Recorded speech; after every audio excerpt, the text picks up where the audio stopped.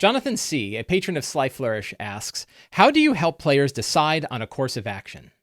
So I did a video on this previously about facilitating choices, and mostly what I focused on in that video was ensuring that all of the players that are at the table have a voice in the decisions that are getting made. But it didn't really talk about the problems when the players are having trouble making decisions overall. So Jonathan's question really talks about how do you help the players navigate the choices that are there when they are kind of sitting back and they're worried about stepping on the other player's toes, and they're generally just having a hard time making choices while the world is moving on all around them. Generally speaking, I like to offer 3 choices anytime the characters are facing important decisions like this.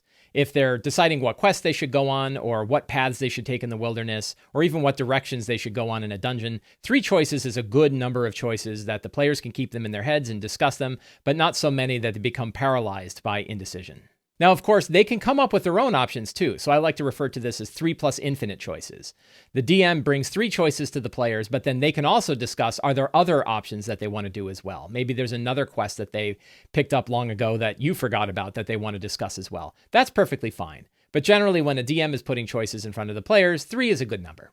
Now, of course, you want to make sure that you are offering them enough information that they can make informed choices. You want to know what the differences are between these quests or these different paths that are leading through the wilderness. There should be enough information that they can make a meaningful choice. If it's just what 3 hallways are you going to go down in a dungeon, that's not really a meaningful choice. They have no idea why they would pick one over the other. So generally speaking, you want to make sure that there is enough information for the players to make a meaningful choice.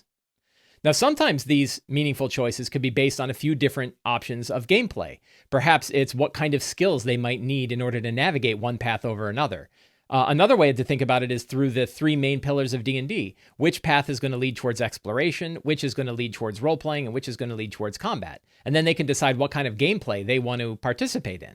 After you've let the group kind of discuss things a little bit on their own, if you feel like the conversation is stalled, you can call on individual players and ask for their opinion on the circumstance. And you might start with the most quiet player and work your way around. If you've already heard from one of the players in particular, you want to make sure that everybody's had a chance to kind of give their piece. Then you can have sort of an informal tally in your head of how many different players want one choice over another. Once that majority is clear, then you just make sure that everybody else is cool going in that direction, and then off you go.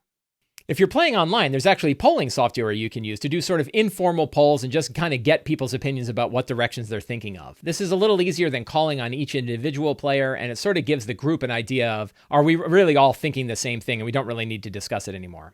I use a thing called Simple Poll in Discord, which is a really quick way to whip up a poll. They use little emojis in order to vote on things, and then you have an idea of what direction people are thinking about without having to go all the way around the table.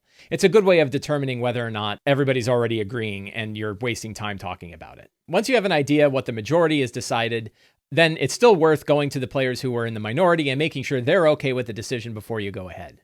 But at that point, you can move forward. I hope you enjoyed this video. If you did, you can help me out in 4 different ways. First, you can subscribe to the Sly Flourish newsletter. Second, you can support me directly on Patreon by going to patreon.com/slyflourish and signing up.